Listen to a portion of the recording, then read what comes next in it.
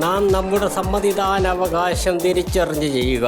ഏതെങ്കിലുമൊക്കെ രാജ്യദ്രോഹ പാർട്ടികളുടെ ആശയത്തിൽ ആകൃഷ്ടരായി വീഴാതെ രാജ്യസ്നേഹികൾക്ക് മാത്രം നാം നമ്മുടെ വിലയേറിയ സമ്മതിദാനാവകാശം രേഖപ്പെടുത്തുക. നമ്മുടെ ഓരോ വോട്ടിൻ്റെയും ഫലം അടുത്ത 5 വർഷക്കാലത്തേക്ക് ഉള്ളതാണെന്നുള്ള ഓർമ്മ വെച്ച് നാം വോട്ട് ചെയ്യുക. നാം നമ്മുടെ രാജ്യവികസനത്തിന് രാജ്യസ്നേഹികൾക്കും വോട്ട് കൊടുക്കുക.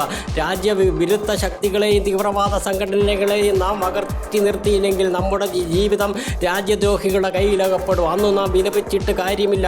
ഇന്ന് രാജ്യത്തിൽ ഉടനീളം നിൽക്കുന്ന സൽസ്വഭാവികളും ദേശസ്നേഹികളുമായ സ്ഥാനാർത്ഥികൾക്ക് നമ്മുടെ ഓരോ വോട്ടും രേഖപ്പെടുത്തി വൻപിച്ച ഭൂരിപക്ഷത്തോടുകൂടി തിരഞ്ഞെടുക്കുവാൻ നമുക്ക് കഴിയണം.